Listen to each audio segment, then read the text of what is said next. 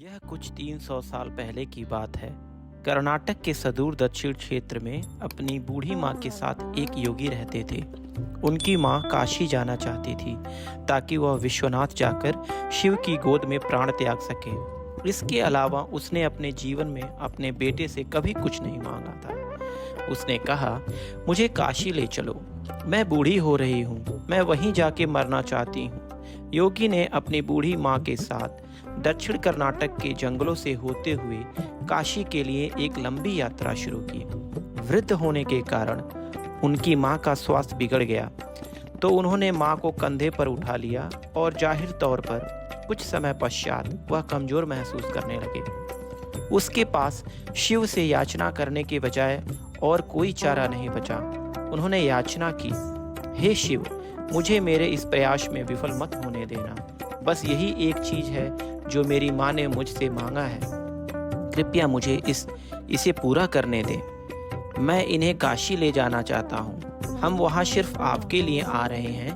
कृपया मुझे ताकत दें। तो जैसे ही उन्होंने चलना शुरू किया तो पीछे से एक घंटी की आवाज सुनाई दी, जैसे कोई बैलगाड़ी आ रही हो। उन्हें धुंध से उबरती हुई एक बैलगाड़ी दिखाई दी जिसे एक बैल खींच रहा था, जो थोड़ा अजीब था क्योंकि एक बैल वाली बैलगाड़ी छोटे रास्तों के लिए होती है। जब सफर लंबा और जंगली इलाकों से होते हुए हो तो हमेशा दो बैल ही गाड़ी को खींचते हैं, पर जब आप थके हो तो ऐसी बारीकियों को किसे परवाह। गाड़ी नजदीक आई, पर वे चालक को नहीं देख पाए क्योंकि चालक लबादे में था और बाहर धुंध भी थी।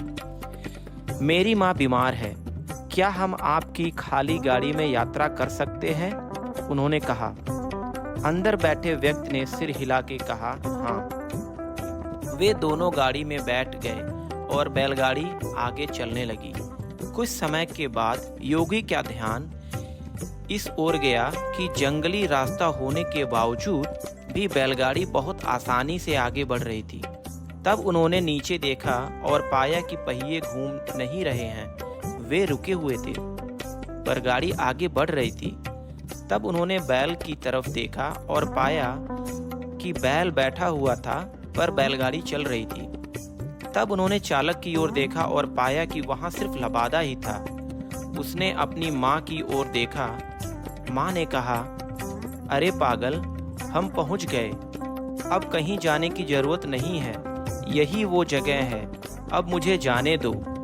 इतना कह के माँ ने शरीर छोड़ दिया। बैलगाड़ी और चालक सब विलीन हो गए। योगी अपने गांव लौट आया। लोगों ने सोचा, यह इतनी जल्दी लौट आया है, ये अवश्य ही अपनी माँ को कहीं छोड़ के आया है। यह उसे काशी नहीं ले गया। उन्होंने उसे पूछा, तुम अपनी माँ को कहाँ छोड़ आए? उसने उत्तर दिया, हमें वहाँ जाना नहीं पड़ा, शिव खुद आए थे हमारे पास। क्या बकवास है, उन्होंने कहा। योगी ने उत्तर दिया, मुझे फर्क नहीं पड़ता कि आप क्या सोचते हैं, वो आए थे हमारे लिए और यही सच है। मेरा जीवन ज्योतिर्मय हो गया है, यह मैं अपने अंतर में जानता हूँ। अगर आप नहीं मानते तो यह आप जाने। उन्होंने पूछा, ठीक है, हमें कुछ ऐसा दिखाओ कि हम माने कि तुमने सच में शिव को देखा है और वे सच में तुम्हारे लिए आए थे। योगी ने कहा, मैं नहीं जानता, मैंने उन्हें नहीं देखा, मुझे सिर्फ एक लबादा दिखा। वहाँ कोई चेहरा नहीं था, वह कुछ नहीं था, वह खाली था। अचानक सबने देखा कि वह खुद वहाँ नहीं थे, सिर्फ उनके कपड़े ही दिखाई पड़ रहे थे। वे दक्षिण भारत के महान संत बने। जहाँ भी वह जाते, लोग उन्हें बिना चेहरे वाले योगी के रूप में जानने लगे थे।